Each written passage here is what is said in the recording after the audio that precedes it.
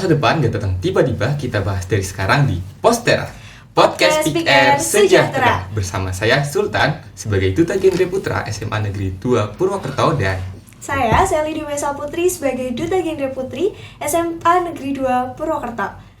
Dalam rangka memperingati Hari Ulang Tahun Pick Air Sejahtera dan Hari Anak Nasional, kami dari Pick Air Sejahtera menghadirkan podcast sebagai ruang dialog dan diskusi bersama dengan narasumber yang inspiratif pastinya untuk kita bisa belajar bersama-sama tentang isu-isu atau permasalahan yang sedang marak terjadi di Indonesia. Betul.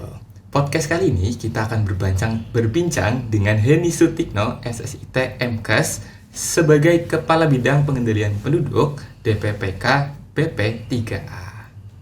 Oke, luar biasa sekali ya narasumber kita pada kesempatan kali ini. Boleh silahkan kepada Bu Heni untuk memperkenalkan dirinya supaya para penonton bisa merasa lebih hangat dan juga bisa lebih dekat kepada Ibu. Baik, terima kasih ya. Assalamualaikum warahmatullahi wabarakatuh. Saya Bu Heni. Saya sebagai Kepala Bidang Pengendalian Penduduk dan Bangga Kencana ya, Pembangunan Keluarga Berencana di DPPK BP3A. DPPK BP3A itu adalah Dinas Pengendalian Penduduk, Keluarga Berencana, Perlindungan Perempuan dan Pemberdayaan Perempuan ya, dan saking panjangnya tuh. Terima kasih Mbak Sally, Mas Sultan atas kesempatannya ya. Terima kasih sekali bisa diundang di SMA 2 ini sebagai duta-duta. Ini loh ya, harus mengajak remaja-remaja sebagai duta generasi berencana, duta Pick Air ya. Pertama-tama saya sebagai Kepala Bidang atau mewakili Dinas DPPK BP3A mengucapkan selamat ulang tahun dulu ya. Untuk Pick Air yang keberapa? Ke-11. Aduh, sudah lama ya. Sangat hebat. Jadi memang SMA 2 tuh sangat banyak kegiatan yang positif ya. Jadi insya Allah lah murid-muridnya, lulusannya ya, mungkin kita sering dengar di Banyumas top markotop. Terus sih perkenalannya. Jadi kira-kira mau ngobrolin apa nih? Ngobrolin apa saya? Ngobrolin tentang isu-isu yang marak terjadi di Indonesia, Bu. Kalau misal orang zaman sekarang itu banyak yang ngomongin tentang isu fatherless. Mungkin boleh dijelaskan terlebih dahulu sebetulnya apa yang dimaksud dengan fatherless dan mengapa fenomena ini semakin marak terjadi di Indonesia. Baik ya, mungkin akan saya jawab versi saya ya. Saya basicnya kesehatan, memang saya S2-nya manajemen kesehatan. Fatherless itu memang marak terjadi dan sering terjadi. Sedih nggak sih sebagai calon ibu dan calon ayah? Sedih ya. Jadi apa sih definisi fatherless? Fatherless itu adalah ketidakhadiran seorang ayah pada satu keluarga. Keluarga inti kan terdiri dari ayah, ibu, anak. Ya. Kenapa si ayah itu tidak hadir di tengah-tengah keluarga? Banyak faktor.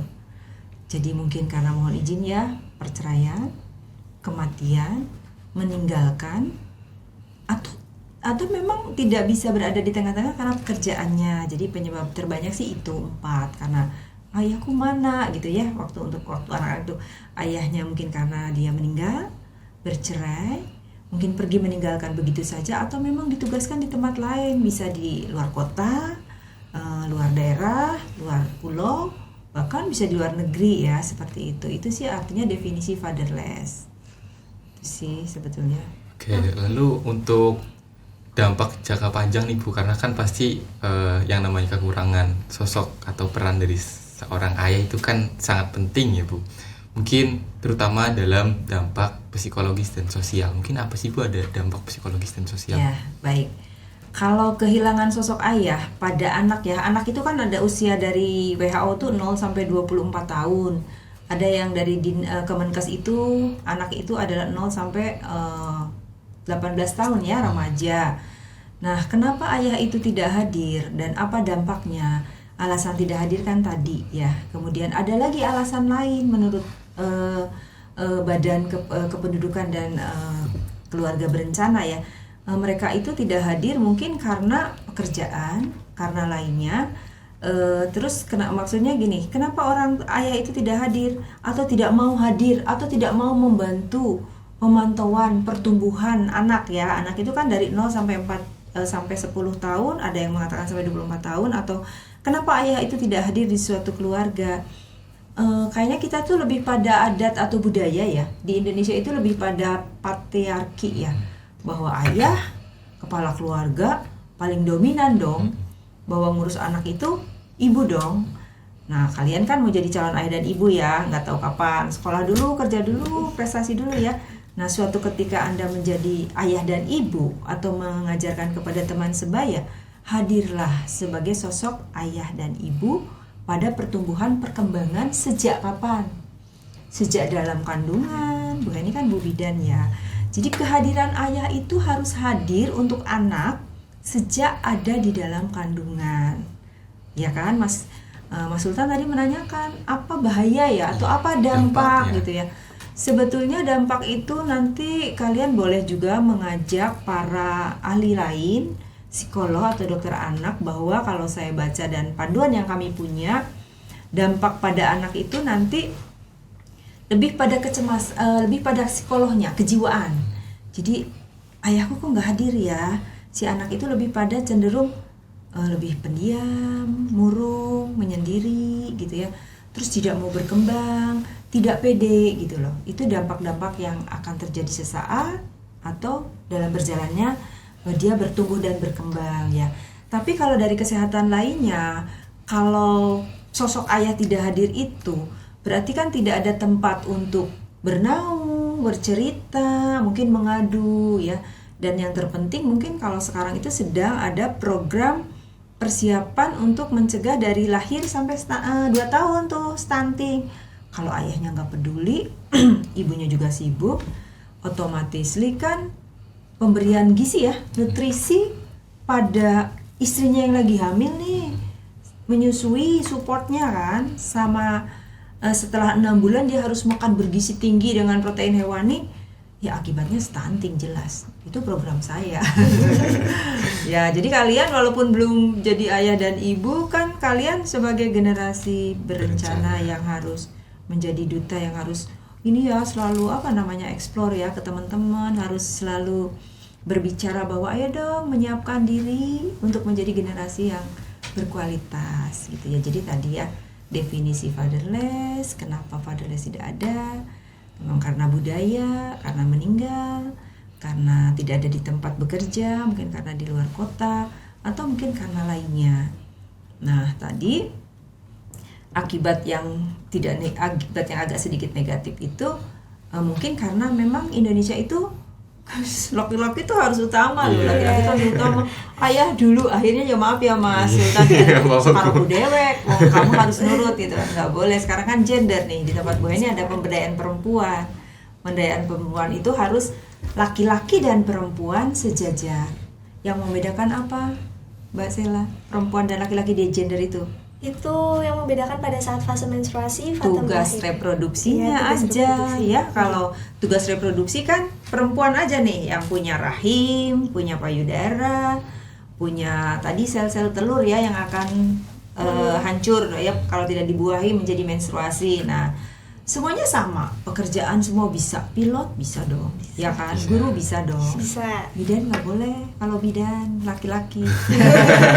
Tapi dokter kandungan dulu laki-laki banyak, sekarang perempuan lebih banyak karena mungkin budaya ini ya, muhrim ya.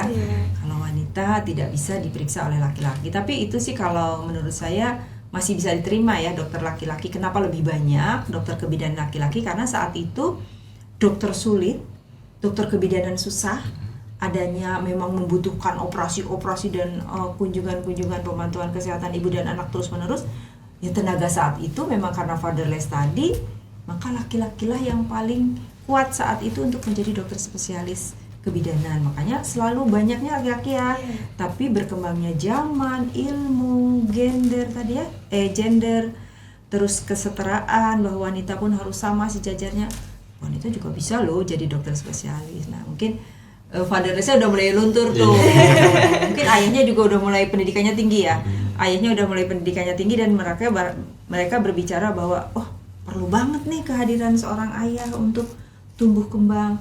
Mungkin kita bisa simpulkan juga bahwa kalau kehadiran ayah yang total, berkualitas, terus merasa bahwa tugas sebagai seorang ayah itu bukan hanya suami ya, tapi di situ hadir sebagai suami, tanggung jawab sebagai ayah, tanggung jawab sebagai pelindung, tanggung jawab sebagai memantau pertumbuhan perkembangan. Kan anak itu pasti akan ideal tubuhnya juga ya, tidak bermasalah.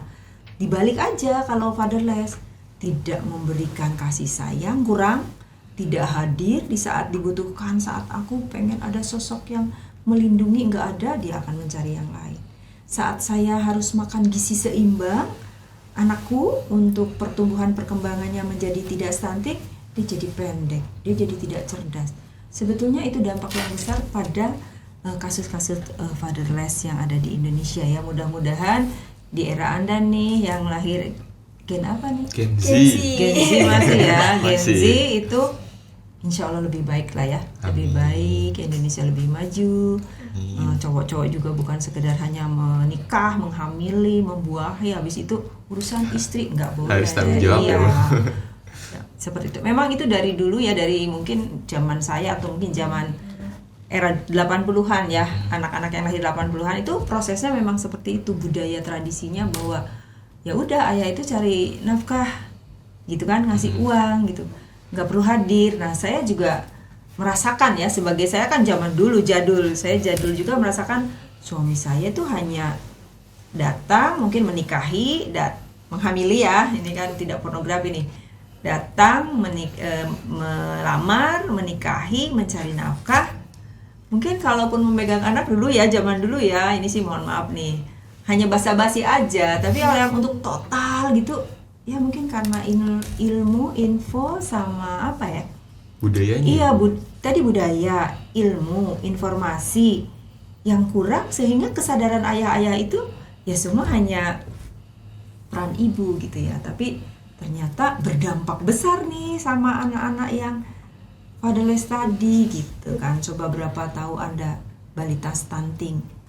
Siap, jadi stunting yang ada itu hari ini itu ada 20%, 19,6 dari bayi yang lahir itu, dari bayi yang ditimbang ya, diukur kan, itu belum yang tidak diukur loh, itu 20%-nya mengalami gangguan pertumbuhan perkembangan. Bila ya, ini sih bila di hari ini nih kehadiran ayah lebih baik, mungkin stunting kita akan turun gitu. Nah dimulai dari siapa nih, saya ngomong dari anda nih ya, duta genre yang harus menyampaikan ini kepada teman-teman sebaya. Mungkin bu guru sudah ya, orang tua sudah, keluarga sudah. Anda kan Gen Z itu pasti medsos banget ya. Itu banyak ilmu lah Anda bisa cari.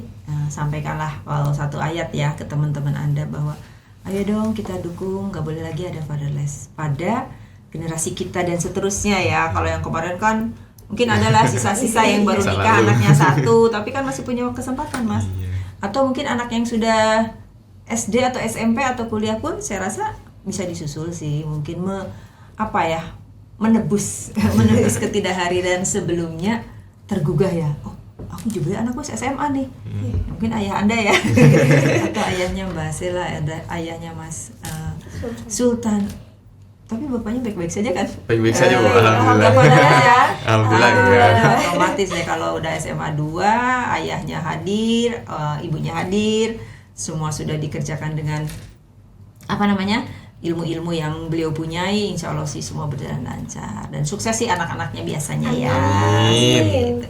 Termasuk juga saya pernah membaca dari seseorang psikolog, saya lupa, bahwa anak-anak yang tawuran, terus anak pang di jalan, terus ya minimal perokok lah ya, anak merokok, tawuran, anak jalanan, terus narkoba, itu banyak yang memang adanya ketidakhadiran ayah saat dia menjalani masa pertumbuhan perkembangannya tadi ya, dari lahir sampai dia remaja. Itu memang kasusnya saya tidak bisa presentasi ya berapa persennya ya, karena itu harus penelitian dan saya harus baca jurnal-jurnal dulu ya, seperti itu. Gitu sih Mbak Sela, Mas Sultan. Jadi permasalahan fatherless ini ternyata kompleks banget ya, meliputi berbagai aspek mulai dari sosial budayanya, kemudian faktor karena pekerjaan dan sebagainya juga. Jadi ada satu pesan kunci yang bisa kita tangkap di sini bahwa ayo kita sebagai Gen Z, kita sebagai generasi yang punya rencana untuk masa depan, jangan sampai membuat anak-anak kita merasakan adanya fatherless, adanya ketidakhadiran dari seorang ayah tersebut. Tuh, penting banget ya untuk digarisbawahi. Kita sebagai perempuan nggak boleh suka sama laki-laki, nggak boleh nikah sama laki-laki karena hanya ekonominya aja, hanya karena fisiknya saja. Tapi perlu diingat ya teman-teman, kesiapan mental. Apakah calon-calon kalian sudah siap untuk berumah tangga, untuk berencana dan hadir sebagai sosok seorang ayah itu? Dibicarakan baik-baik. Iya, Tapi kalau baru pacaran sehari udah nuntut ABG ditinggal.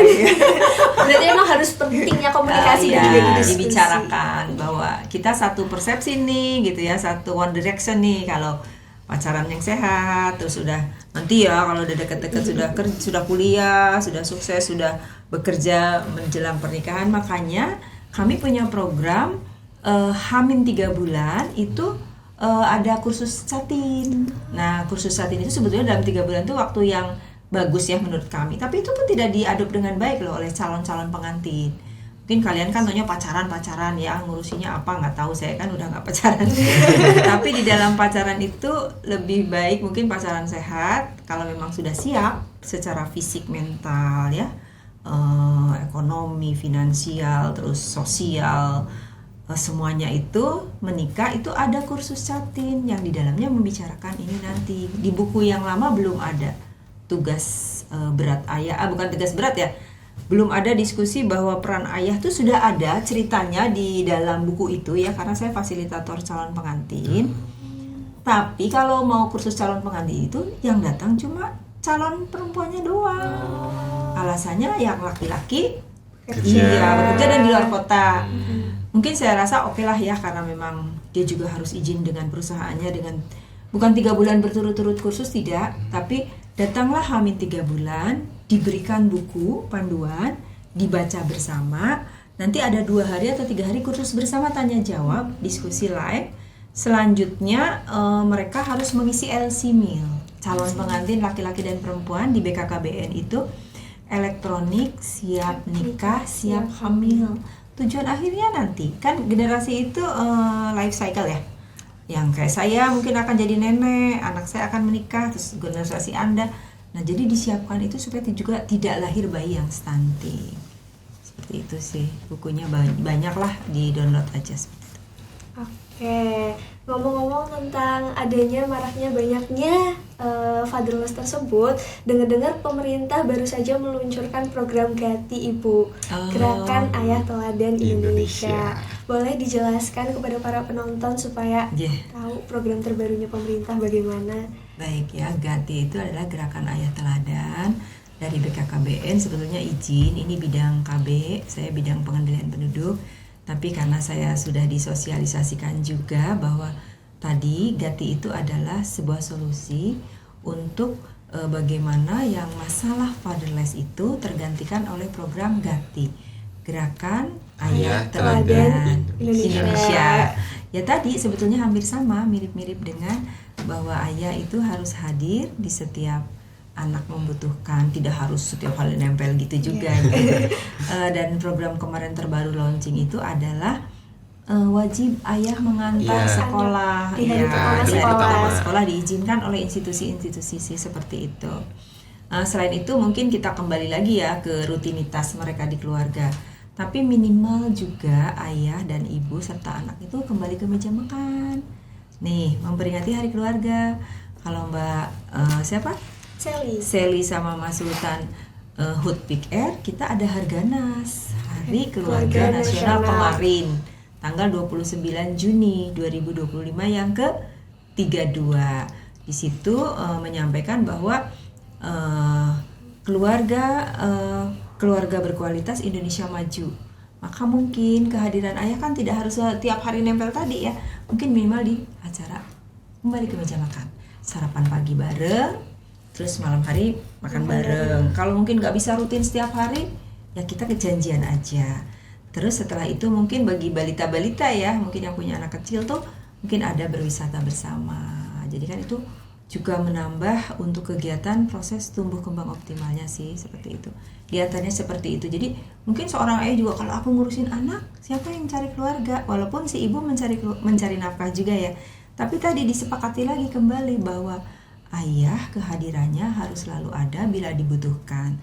Tidak harus setiap hari, tapi jadilah ayah teladan Indonesia. Gimana caranya? Ya hadir saat istrinya hamil, hadir saat melahirkan, support nanti ASI eksklusifnya loh. Jangan malah ayah, wis lah beli susu formula we, misal seperti itu bukan ayah teladan. Ayah siaga di saat-saat waktu luang, cuti atau pas tidak bekerjanya untuk mendengarkan cerita kepada anaknya. Mungkin menanyakan, apa dek, ada masalah, tadi di sekolahnya gimana, happy nggak ya, hal-hal ringan Sepele seperti gitu. itu ya. Terus Sepele. memberikan jajan yang berkualitas, memberikan ya mungkin menyiapkan makanan yang tinggi protein ya. Kita tuh memang Anda sebagai yang sedang bertumbuh berkembang, mungkin balita juga yang sedang bertumbuh berkembang, kalau lagi sekolah SMA kan lagi mikir-mikirnya ya, itu asupan gizi yang ayah siapkan dengan ibu seperti itu sih. Banyak sih hal-hal, mereka juga pasti punya ide-ide cemerlang sendiri ya, dengan berbagai tadi informasi dari mana saja. Kalau dia niat menjadi ayah yang baik ya, dari mulai remaja nih SMA, aku mau jadi gerakan ayah teladan Indonesia, aku punya inovasi ini apa lebih baik, seperti itu sih. Jadi mereka pasti punya ide-ide, cuman kalau tidak diingatkan juga akan abai ya, cuek baik lah, buktinya yang lain deh nggak kayak gitu ya, seperti itu sih. Oke, kalau misalkan tadi kan dari figur ayah kurang nih, mungkin ayahnya mungkin meninggal atau Iya. bekerja di luar kota yang memang sulit untuk Menghadirkan, hadirkan iya. sosok ayah di keluarga tersebut ya Bu. Mungkin ada upaya lain nggak dari anggota keluarga atau mungkin ibu untuk mengisi kekosongan dari sosok ayah Bu? Iya, begitu memang ada ya. Jadi kita tidak bisa berbuat banyak kalau ayahnya meninggal ya. Iya. Yang kedua perceraian. Tapi kalau saya lihat di infotainment atau di cerita-cerita bahwa bila seorang ibu dan ayah bercerai pun sebetulnya harus baik-baik, karena yang berdampak kan anak. Jadi sebetulnya ayah itu hadir aja, mensupport. Mungkin kalau istrinya kan ada bekas istri, tapi bekas anak kan nggak bisa. Nah, untuk mensikapi yang tadi meninggal dulu ya, saya pernah membaca dan ada informasi sosialisasi waktu di BKKBN itu adalah hadirkan keluarga terdekat lainnya. Misal di keluarga itu adanya kakak laki-laki, ya berarti itu pengganti ayah. Atau mungkin om, atau mungkin kakek. Nah, kalau sudah kakak tidak ada, kakek tidak ada, kalau adik belum bisa ya, karena kan kita intinya ayah itu figur ya. Jadi bisa digantikan kakak laki-laki, adiknya ibu, om, atau kakek. Nah, kalau tiga itu tidak ada, memang mungkin di sekolahan guru. Kalau guru tidak ada, ya mungkin ngaji ya. Kalau juga guru ngaji tidak kan nggak mungkin juga ya. Ya ke psikolog.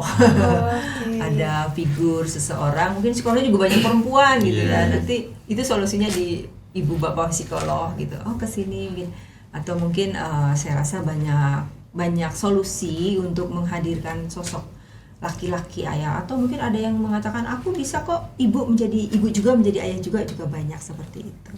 Dan nanti bisa disolusi, dan mungkin sekarang banyak tempat untuk mencari solusi karena banyak ahli-ahli ya. Kalau memang dirasa cukup tadi kakak laki-laki, om, kemudian kakek cukup yang menggantikan seorang ayah cukup. Tapi kalau memang ini perlu kehadiran kok anaknya menjadi terganggu pertumbuhan perkembangannya, ya berarti ibu tersebut kita arahkan ke psikolog atau ke dokter psikiatri. Ke psikiatri itu dokter spesialis jiwa itu bukan hanya orang gila, gangguan jiwa, tapi permasalahan-permasalahan kejiwaan pun saya rasa saya usulkan ke dokter ahli kejiwaan, psikiater. Jadi gitu ya solusinya mencari, karena kan Bu Heni jawabannya A ternyata mungkin kurang tepat, karena setelah Bu Heni masih ada lagi ahli-ahli yang lain yang memang dengan basic ilmu yang sangat paham dengan solusi-solusi terhadap kejiwaan, seperti itu sih. Atau sebenarnya gini Sul, kalau misal remaja atau anak-anak sekedar butuh teman cerita, teman untuk mendengarkan, Iya, kami dari di PIKR SMA. Sejahtera juga Iya, punya ada KS, KS atau konselor sebaya. Jadi teman-teman di SMA Negeri 2 Purwokerto silahkan kalau sekiranya Butuh teman cerita ya, bisa curhat atau mungkin berbincang dengan konselor sebaya di PIKR Sejahtera, Sel. bisa secara langsung janjian dulu, Iya. atau bisa juga lewat mana nih Sultan? Bisa kalau misalkan teman-teman pengen gak ketahuan ya atau anonim, bisa juga teman-teman cerita lewat Telegram. Di situ kami punya bot namanya konselor_bot. Di situ nanti 24 jam teman-teman dari konselor sebaya siap untuk menampung cerita dari teman-teman. Rahasia ya. Rahasia tentu. Ini nggak boleh ya, udah emak-emak. Dan pastinya konselor sebaya tersebut sudah diberikan pelatihan khusus ya Sultan. Betul. Jadi dijamin aman dan amanah Bu. Amanah. Ya, bisa melegakan teman sendiri itu Iya. sudah merupakan suatu apa ya? Ini ya, apa namanya, amal lah ya. Nah itu kan tapi yang di sekolah, Bu. Ini kan Iya. ceritanya dari anak cilik sampai kan Iya, seumur daur seumur kehidupan hidup. tuh Bu ini mikirin gitu ya, dari dia calon anak, bayi lahir, kan, anak sekolah, remaja. Remaja. Nah kalian itu yang dipikirin lah. Setelah remaja ada yang kuliah, siapa yang dipikirin? Calon pengantin masih dipikirin negara kan. Terus habis menikah, Bu Heni masih mikirin ibu hamil, masih mikirin lagi bayinya lahir. Terus aja sepanjang daur kehidupan. Alhamdulillah ya kalau di SMA 2 sudah ada apa tadi? Konselor Konselor sebaya. sebaya. Kayaknya lebih nyaman, lebih tenang, bisa tidur ya. Nggak stres gitu ya. Sekolahnya jadi fokus, belajarnya terus prestasinya akan mengikuti lah seperti itu, Iya. daripada mikirin pacarnya ini nggak WA 2 hari. Ibuku galak ya, bapakku di luar kota nggak ada kabar. Nah, curhat ya, berarti bisa ya. Bisa banget Ibu. Dan selanjutnya kita lanjut ke segmen yang kedua Ibu, belajar mengenai peran keluarga dalam pendidikan anak. Menurut BKKBN, bagaimana keluarga idealnya terlibat dalam pendidikan anak baik formal maupun informal? Kembali lagi ya, jadi keluarga itu seperti lagunya itu ya, BCL.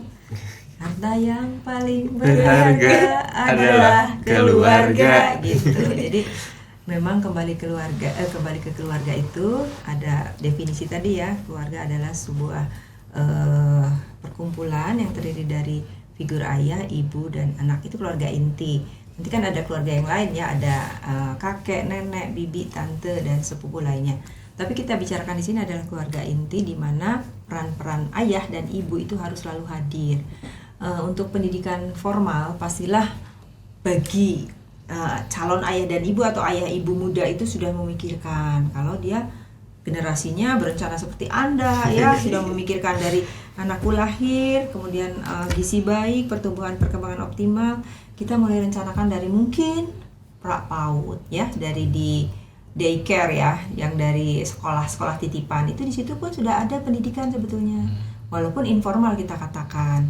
Jadi di pendidikan informal yang di daycare itu adalah penitipan. Di sana biasanya ada tenaga kesehatan, bisa perawat, bisa bidan, bisa dokter, bisa ahli yang lain, ahli gizi, di mana di sana itu akan diterapkan pelajaran-pelajaran ringan sesuai umurnya.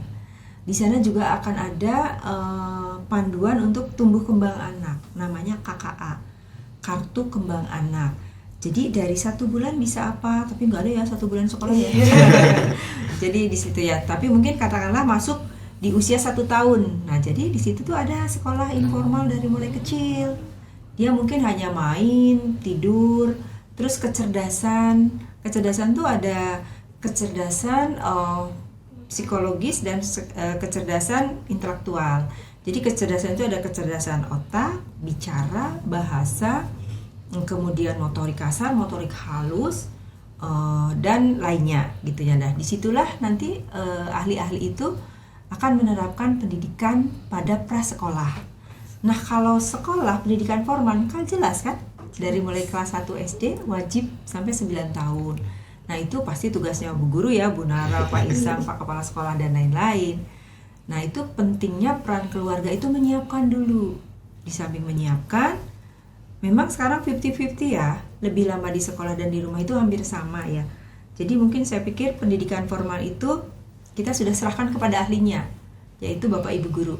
Tapi bagaimana pendidikan informalnya? Nah, yang ditanyakan informal itu kapan? Waktu SMA apa waktu dari anak-anak? Mungkin genre aja lah ya. Kalau seusia Anda, pendidikan informalnya kan bisa ekskul. Jadi kalau di sekolah itu saya rasa sudah terprogram oleh paket daripada pendidikan itu. Mungkin nanti kita tanya-tanya lagi nih ke Dindik ya, Dinas Pendidikan yang menangani sekolah formal dan informal. Kalau Bu Heni lebih pada menyiapkan keluarganya itu supaya dia tidak prasejahtera, kekurangan itu kita siapkan kegiatan keluarganya, harus memprogramkan dengan perencanaan keluarga dengan 2 anak cukup, kemudian ibunya atau suaminya mengikuti program KB. Selama tadi ayah bekerja, istrinya bisa membuat produksi home industry, membuat homemade industry. Jadi lebih pada seperti itu. Tapi kalau untuk isinya pendidikan formal dan formal itu kita pasti serahkan kepada Bapak Ibu guru yang memang tugas pokok fungsinya sebagai pendidik gitu sih. Kalau informal di masa SMA menurut saya ya Anda kan ikut ekskul, kursus-kursus, terus mungkin Mbak, ikut pelatihan-pelatihan ya setelah jam sekolah. Jadi itu kami serahkan kepada pendidikan kalau di usia-usia Anda. Tapi kalau di posyandu gitu ya, di posyandu, di PAUD atau di TK juga sudah ada kurikulum atau mungkin program ya, bukan kurikulum, program itu kami serahkan kepada Bapak Ibu gurunya. Tapi kalau di PAUD itu lebih pada kita punya kader, namanya kader KB atau IMP, institusi masyarakat pedesaan dan perkotaan yang membantu kami di program Bangga Kencana, pembangunan keluarga berencana. Tugasnya apa kan Bu Heni, berarti namanya kader. Kalau Anda di sekolah temennya bu guru kan, pendidiknya bu guru gitu. Nah kalau di Bu Heni itu mungkin Anda bisa berkiprah di non formalnya, di rumah-rumah menjadi karang taruna, menjadi pengajar, mungkin mohon izin ya ngaji, apa mungkin main sepak bola, boleh Mbak Sela dan Mas Sultan di informalnya kalau sempat. Sekolah aja udah sampai sore ya. Tapi kan pulang sore. Tapi kan Sabtu Minggu bebas Iya lah, sih. masih bisa produktif lah ya Bisa, untuk Bu. membantu kegiatan pendidikan informal pada usia-usia Anda remaja. Itu sih. Ya mungkin kebanyakan dari orang tua tuh mikir Bu, kalau misalkan anak udah ditaruh di sekolah tuh mungkin udah aman Bu, udah kayak udah nih iya. gurunya aja yang ngurus, mungkin udah aman. Iya. Dari Itu SD, Bu Heni banget kayaknya dulu ya. SMP sampai SMA. Pengakuan dosa juga. Mungkinnya kita udah ngasih ke sekolah, harusnya guru udah memperlakukan dia All out sebagaimananya ya. gitu Udah ya. paket ya, paketan guru aja gitu ya. Padahal kan mungkin ada beberapa anak yang memang kurang diterima di lingkungan sekolah. Nah, mungkin menurut Ibu sendiri nih, apa kesalahan yang paling umum yang dilakukan oleh orang tua dalam mendampingi pendidikan anak, Bu? Usia remaja ya, Iya. betul. Jadi remaja itu kita tahu ya, mereka itu lagi spesifik banget, yaitu sedang mencari jati diri. Kalau kita ini sih mohon izin ya, secara teori kalau kita salah mendampingi ya akan terlambat atau salah sekalian. Ya betul memang. Jadi kembali lagi ke memang ya tradisi atau habit ya, kebiasaan orang Indonesia, dan saya sendiri merasa bahwa percaya aja deh sama bu guru gitu. Padahal dia di rumah aku kok tidak diperhatikan gitu ya, ibuku kok santai-santai. Semuanya kembali kepada pola pikir masing-masing ibu, calon ibu. Jadi gini, kalau memang calon ibu benar-benar berkualitas, generasi berencana tadi, saya harus punya anak, saya harus selalu berada, tapi berada saja kuantitas dong. Setiap hari aku nempel tapi nggak ngapa-ngapain, mainan HP kan gitu ya. Tapi maunya kita nih pemerintah di Badan Kependudukan Keluarga Berencana itu di samping barengan kuantitas ya, sering ketemu setiap harinya, itu ada hal-hal yang diceritakan sebetulnya. Jadi peran orang tua itu selain menitipkan anak-anak remaja ke sekolah, di rumah pun menjadi teman sebetulnya. Mas, hari ini acaranya apa? Mbak, kalau ya anak saya kan 2 cewek cowok. Mbak hari ini tadi ngapain? Iya Bu, aku capek-capek. Jadi dia tuh untuk tempat curhat, daripada dia curhat ke orang lain, daripada dia punya masalah dipendam sendiri. Nah itu mungkin belum, masalahnya adalah belum semua orang tua mau mengeksplorasi. Satu, yang kedua belum semua ayah dan ibu mau menjadi teman. Yang ketiga, belum semua ayah dan ibu tahu tentang psikologi kebutuhan anak remaja. Mungkin saat orang tua yang abai, anaknya mau menstruasi, mau apapun, tidak pernah diceritakan kan.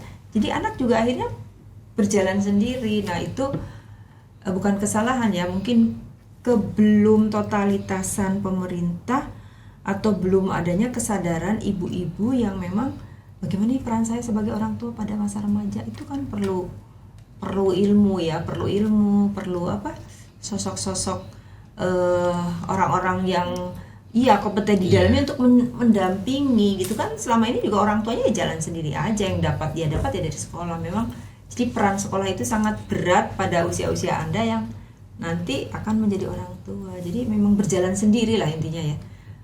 Kita akui itu. Jadi kekurang perhatian ayah dan ibu, satu. Kedua, kesadaran untuk menjadi orang tua yang berkualitas. Dua. Ketiga, mungkin ya yang saya baca dari pola dirinya ibunya itu, aku tahu kok harus mengurus anak tuh yang terbaik ini, tapi ya udahlah aku. Jadi tidak tahu, tidak mau, akhirnya tidak melaksanakan. Sebetulnya itu akhirnya yang anak-anak remajanya harus bertumbuh, berkembang, berkualitas, ada puzzle yang hilang. Itu sih. Tapi insya Allah sih sekarang sudah mulai terbuka. Orang tua juga sudah sadar tugasnya sebagai orang tua tidak hanya hamil, melahirkan, ngasih makan, tapi ada sisi-sisi di luar itu yang harus selalu dipantau. Kayaknya sih sudah mulai masuk ke ruang itu gitu.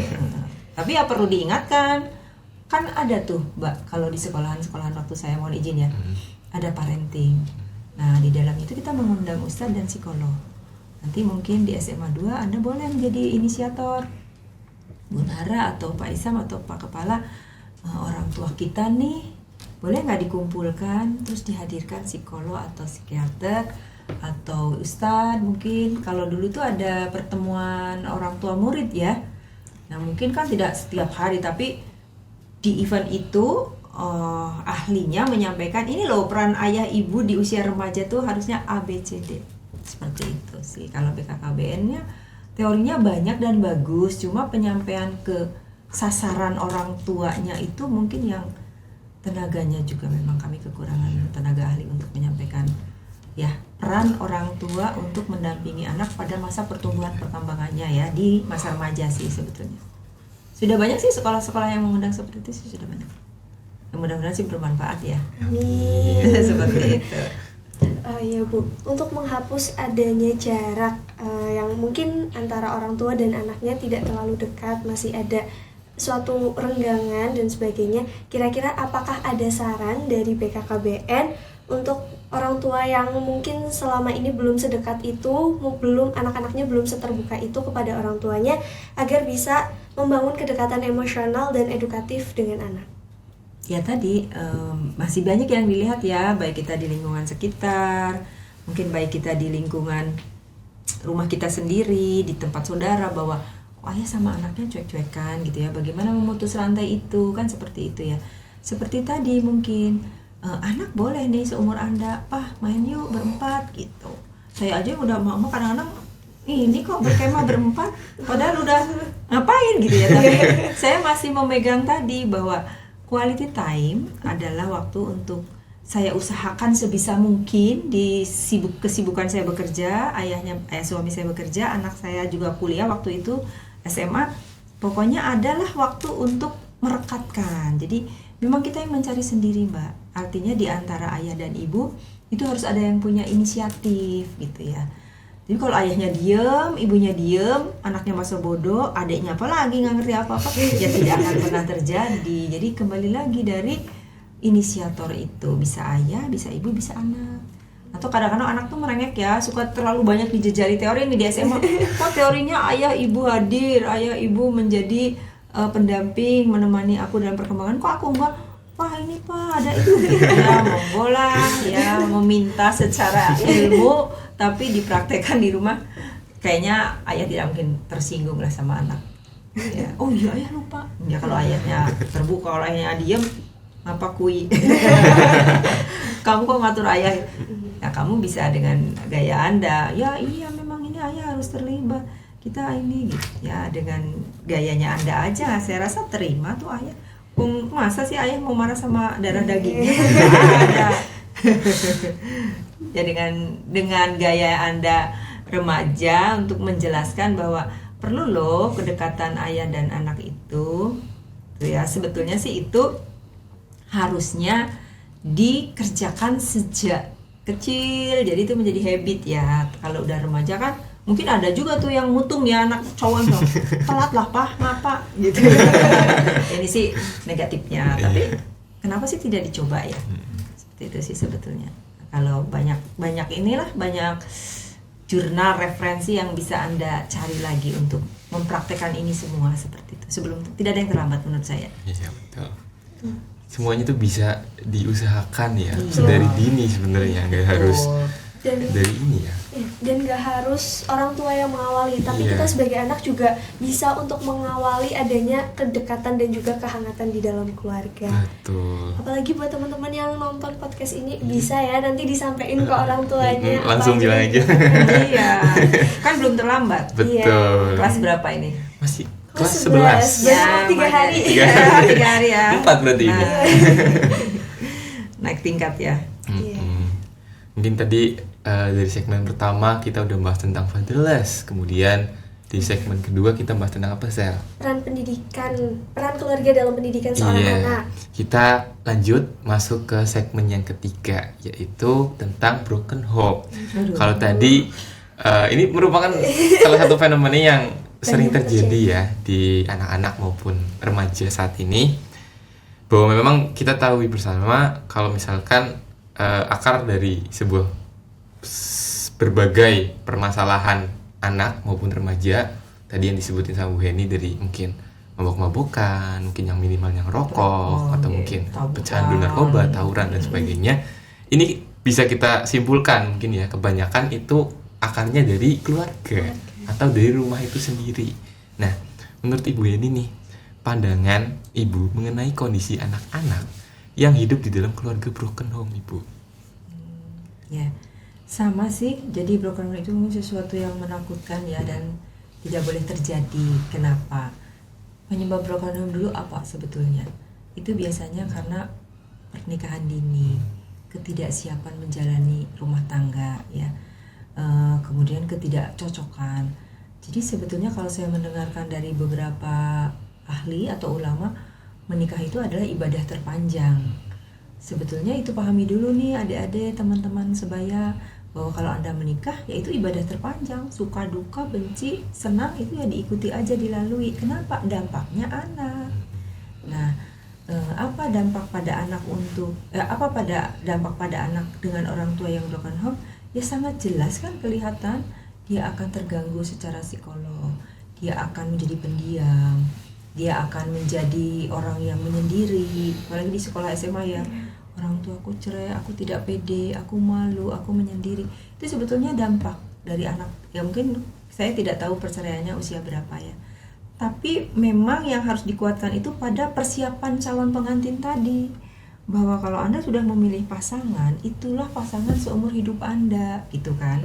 Walaupun berat ya, walaupun di Islam ya, karena kita Islam mengatakan bila memang Anda tidak cocok dan teraniaya dan tidak ada jalan solusi, memang perceraian yang terbaik.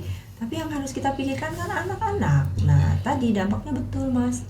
Jadi akan ada gangguan psikolog atau gangguan kejiwaan yang mungkin tertekan, akan menyendiri, akan tidak pede. Kok anak itu ceria, kok ini jadi pendiam, gelisah. Pada remaja mungkin tidak fokus pada pendidikan, kemudian nanti akhirnya prestasi akademiknya turun.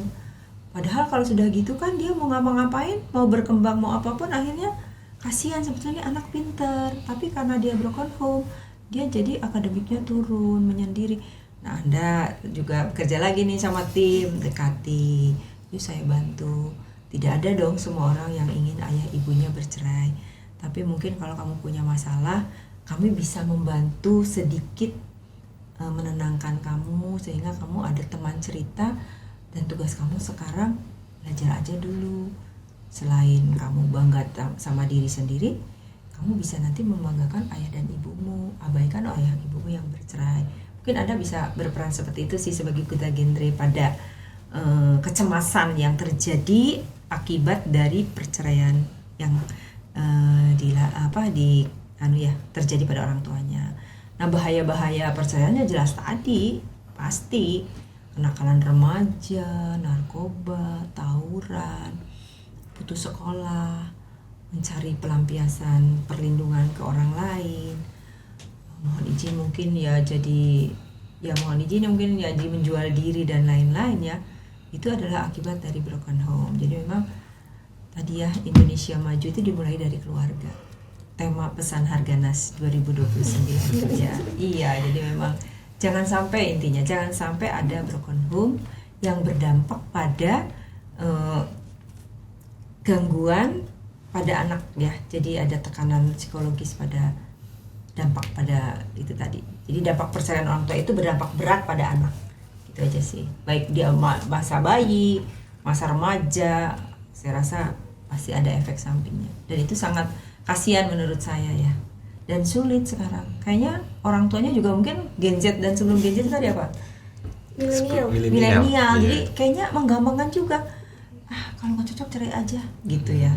Nah itu tuh kayaknya saya sedih ngelihatnya gitu. Kalau saya kan ibu-ibu zaman dulu yang memang yang harus ya udahlah, nggak cocok sendiri, dicari solusinya dong harusnya gitu. Walaupun kita mana ada sih manusia sempurna, kan dua kutub yang berbeda, laki suami saya dari mana, berasal dari mana, kita disatukan dalam sebuah pernikahan dan keluarga, ya harus menerima. Nah itu yang sulit, belum bisa diterima oleh anak-anak milenial, dan mudah-mudahan Gen Z balik lagi ke zaman saya. Amin.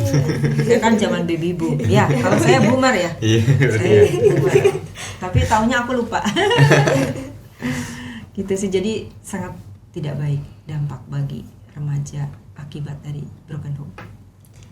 Tapi memang betul Ibu, kami sebagai duta genre, sebagai garda terdepannya teman-teman, kalau sekiranya memang ada sesuatu yang ingin diceritakan, kami merasa waktu mendengar ceritanya itu juga turut sedih dan juga prihatin. Iya. Namun di sisi lain kita hanya bisa menerima, bisa mendengarkan cerita tersebut saja.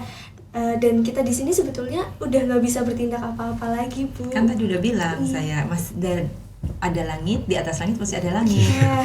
Ada duta genre, ada guru BK, ada kepala sekolah, ada ahli ya tuh tadi psikolog, bisa juga psikiater. Jadi kamu mau nggak saya bantu? Aku bisa bantunya seperti ini loh. Kamu sudah nyaman belum dengan solusiku gitu kan? Kalau dengan kamu kan bahasanya remaja lah ya. Tapi aku bisa bantu kalau kamu mau, aku temenin, atau kamu mau sama siapa deh pergi ke psikolog. Karena beliau adalah memang ilmunya di situ gitu. Jadi jangan, udahlah aku cuma bisa seperti ini, aku sekarang tambah sakit hati. Iya. Ya, kamu udah tagennya dicopot loh. Semakin overthinking lagi tuh. Iya. Jadi kita mencari solusi bersama ya, supaya oh ternyata nyaman, aku bisa curhat tadi ya, no name. Iya. Ternyata aku masih ada masalah nih, ketemu dong, mungkin lebih terbuka ya, lebih ngomong kayak ini, lebih lepas gitu ya. Lumayan kita bisa membantu menyenangkan orang lain, kan juga pahala, ya kan? Menjembatani Iya, teman-teman itu dengan sudah yang lebih ahli. Iya, kamu juga udah punya modal amal banyak nih, walaupun semampu Anda nggak apa-apa. Bu Heni juga suka bilang, Bu Heni bisanya seperti ini. Kalau nggak bisa, nanti Bu Heni akan rujuk ke ahlinya lagi. Jadi nggak bisa diselesaikan di suatu tempat dan seketika itu, nggak.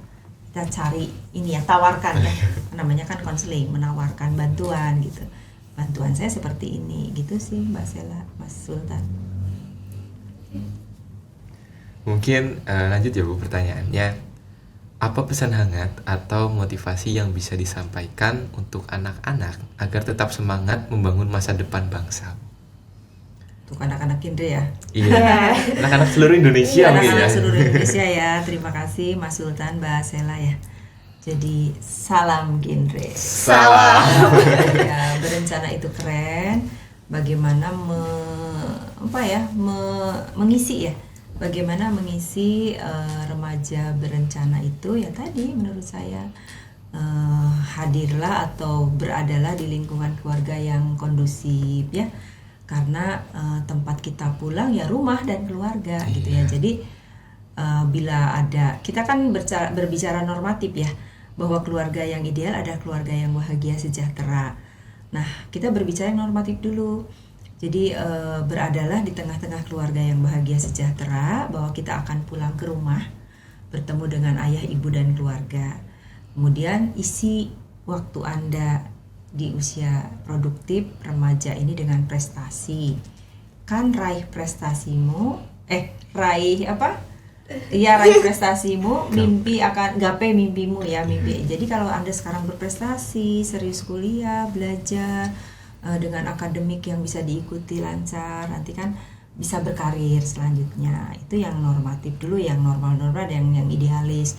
Tapi bila memang masa remajanya bermasalah, buktinya SMA 2 sudah ada forum genre dan tadi apa? Ruang PR, konseling, ada konselor-konselor handal yang sudah terlatih. Bisa Anda remaja ceritakan di SMA 2 atau mungkin SMA-SMA lain bisa belajar loh dari SMA 2 untuk membuka ruang konseling dan berbicara cerita kegelisahan remaja kepada para konselor yang handal, supaya masalah-masalah yang mengganggu di masa remaja atau masa pendidikan SLTA lah ya, di sekolah itu, beban-beban masalah yang mengganggunya akan berkurang, teratasi, sehingga Anda akan kembali fokus pada belajar. Jadi saran saya ya, isi masa remajamu dengan hal-hal positif dan berkualitas supaya berprestasi dan nanti prestasi dan kesuksesan akan menantimu gitu loh. Jadi raih prestasimu, sukses menantimu. Oke. Sebetulnya pertanyaan kami yang formal-formal secara keluarga sudah selesai, Ibu. Iya. Terima kasih banyak. Yeah. Tapi kami di sini ingin bertanya kepada Bu Heni sebagai sosok ibu.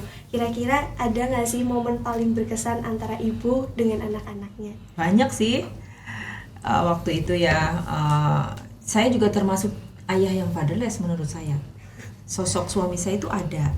Kita kan harus berbicara jujur ya. Tapi mungkin karena kan sifat cowok itu macam-macam ya. Pengennya abis, tapi aku pendiam gitu. Mungkin suami saya tipe yang orang pendiam. Sebetulnya dia ingin juga berperan dalam pertumbuhan perkembangan anak-anak saya. Waktu itu waktu anak-anak saya yang kecil itu dia juara dia juara main bola. Itu dia pokoknya hal terkecil yang prestasi anak itu orang tua harus memberikan afirmasi, hebat gitu. Di kala susah pun kita tetap dukung. Waktu itu anak saya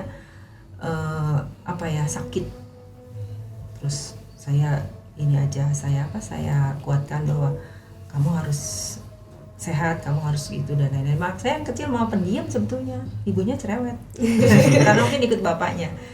Tapi hal yang paling banyak sih saya rasa di event-event apapun, kalau anaknya tidak masalah sih, saya rasanya akan membanggakan orang tua. Jadi mungkin artinya tidak ada sesuatu yang paling membanggakan saya tuh enggak, anak saya ya biasa-biasa aja. Tetapi waktu anak saya masuk kedokteran itu tuh juga ya orang tua mana ya yang tidak bahagia. Jadi itu yang membuat saya bangga. Berarti kerja keras orang tua ya, ayah dan ibu tuh dari dia seperti Anda nih belajar SMA, sorenya les, kursus, mau kuliah itu ngambil paket-paket yang pelajar, terus akhirnya dia lulus, ya itu ya bagi saya itu prestasi dan membanggakan sih. Terus kuliahnya alhamdulillah gratis, pakai LPDP ya, LPDP itu kan dari keuangan negara ya, itu juga alhamdulillah gitu. Walaupun saya merasa bahwa ya saya nggak sempurna gitu ya, tidak ada kan orang tua yang sempurna, tapi mungkin anak juga akan melihat dari habit ayah ibunya, mungkin dia juga kan dapat dari sekolah juga, jadi banyak faktor yang membuat dia berprestasi sebetulnya seperti itu. Banyak sih, pasti orang tua Anda juga anaknya masuk sekolah TK aja senang lah, dapat juara 17-an senang. Jadi semua orang tua tuh pasti mempunyai event-event yang memang membuat orang tua bangga. apapun, tidak harus yang juara 1 gitu, nggak harus. Apapun kita harus apresiasi, intinya seperti itu sebagai orang tua. Berarti buat anak-anak nggak perlu overthinking ya Bu? Nggak usah. Aku belum banggain orang tua aku dan Enggak, sebagainya. saya juga nggak pernah ngapa-ngapain ke orang tua. Orang tua cuma dibilang, Bu makasih ya, terus selamat ulang tahun, membawain coklat kecil, udah. Walaupun saya nggak pernah juara, misal ya, tapi ya artinya tidak harus overthinking yang idealis, harus top of ranking, itu nggak harus, karena semua orang kan punya kekurangan dan kelebihan. Menurut saya sih jalani aja apa yang kita dapati dan syukuri, dan ceritakan aja ke orang tua pasti senang. Misalnya, Bu hari ini aku tadi senang banget loh di sekolah dapat ilmu ini, orang tua gitu aja bangga kok, nggak usah orang tuanya cemberut aja nih karena nggak juara-juara, nggak ada sih orang tua yang kayak gitu.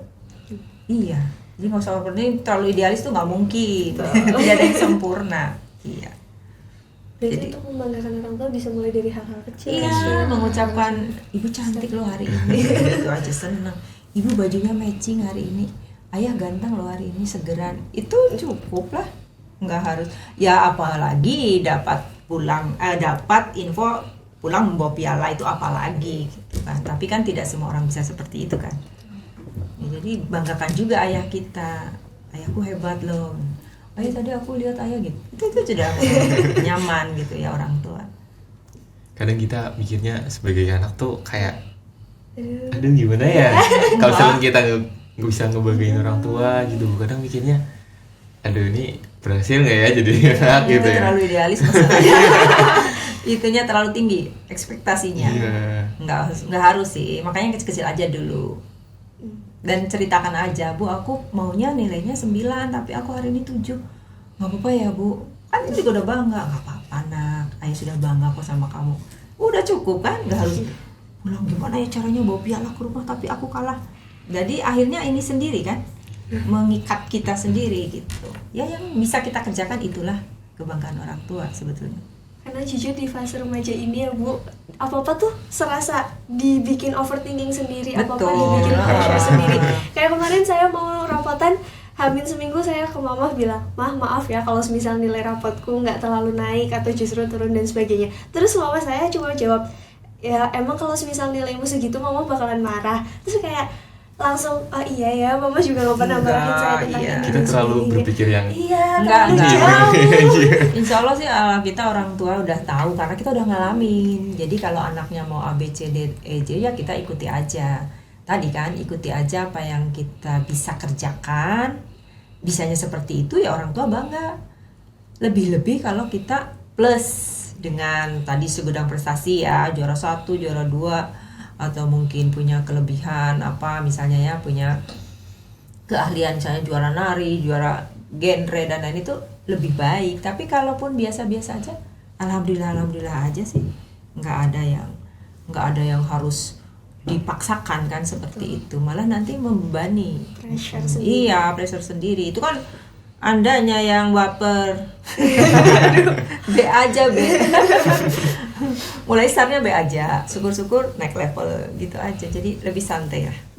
Saya juga ke anak-anak, ibu aku ini nggak apa-apa, kamu happy kan, happy, terus kamu nggak sakit enggak gitu. Kalau kamu stres ya istirahat, ya dibuat orang tuanya juga dibuat enjoy juga, mungkin ya jangan ibu aku harusnya ini loh, ibu sih nggak gini-gini. Ada juga yang kayak gitu sih memang, ya itu memang masing-masing ya, karena saya nggak bisa memaksakan orang lain gitu. Jadi kalau saya mau orangnya enjoy aja lah, ikuti, walaupun mungkin ya di belakang layar ya sedikit ya agak cemas, itu orang tua banget sih ya. Duh anakku bisa ngerjain ujian nggak ya, nanti jangan-jangan ya ada, tapi nggak boleh dong ditambahkan kepada anak. Nanti udah anaknya cemas, orang tuanya ngomel, buyar gitu. Ya sih, bismillah aja sih. jadi memang pada intinya harus terbuka satu sama lain. Terbuka, Gisel. komunikasi ya. Ya Yes. memang kekurangan saya juga komunikasi. Harus selalu diingatkan, atau harus satu ada yang menjadi inisiator ya tadi. Ayo kita makan bersama pagi-pagi, ayo kita jalan, enggak kita jalan pagi ke Farwage lah misalnya. Gitu sih. Jadi santai aja lah jalani. Yang penting kita berusaha kan. Iya betul. Jadi seru banget ya, Seru soalnya kita banget. juga tahu dari sudut pandang dari Bener. perspektif orang tua itu gimana. Iya, kadang-kadang kan anak-anak juga nggak pede ya, apa nggak enak ya menanya itu, Iya. kayaknya rikuh gitu ya. Nggak apa-apa kalau orang tua ditanya tuh. Cuman anak yang kadang tidak bisa mengambil dari mana ya mulainya gitu. Selama ini sih aman-aman aja. Banyak banget pelajaran yang bisa Iya. kita ambil dari obrolan kali ini, Sel. Banyak banget. Banyak banget. Ya, diambil yang baiknya aja Iya. ya. Baik semua kayaknya Baik deh. semua. Enggak lah, semua orang pasti punya kekurangan dan kelebihan. Jadi yang baiknya diambil, yang tidak baiknya dicari jalan yang lain ya. Oke, jadi pada intinya ya kita sebagai anak itu harus terbuka satu sama orang tua juga. Kita juga di zaman sekarang jangan terlalu overthinking, teman-teman. Benar. Karena pikiran yang terlalu berlebihan itu bisa menyebabkan kita jadi malah Frustasi sendiri. Frustasi sendiri. Enggak, Benar, dijalani aja mencoba. Enjoy. dari jawaban dari Bu Heni tadi kita jadi tahu bahwa sebenarnya ya kita terbuka aja sama orang tua. Gitu. Kadang-kadang sulit yang mulainya dari mana. Iya. Ya, cari yang tepat, waktu yang tepat. Ya, kadang-kadang gimana nih mau ngomong sama orang tua? Kan punya gayanya masing-masing ya. Seperti itu sih. Hingga kerasa ini mungkin udah sampai 3 jam. 5 jam mungkin. Bu Heni Sebenarnya mah sampai pagi udah biasa. Biasa ngomong melulu. sebelumnya kami ingin berterima kasih kepada Ibu Heni karena telah menyempatkan waktunya untuk menjadi narasumber pada podcast Big Air Sejahtera kali ini dalam rangka memperingati Hari HUT Big Air yang ke-11. Selamat ulang tahun Big Air SMA 2, semakin hebat, semakin Terima jaya kasih, ya. Ibu. Semakin bisa menolong sesama sebaya. Iya, terima kasih banyak. Dan menjadi inspirasi ya, harus ya duta loh. Ya semampu kita ya. Idealis nggak bisa, tapi kita bisa seperti ini. Menginspirasi aja.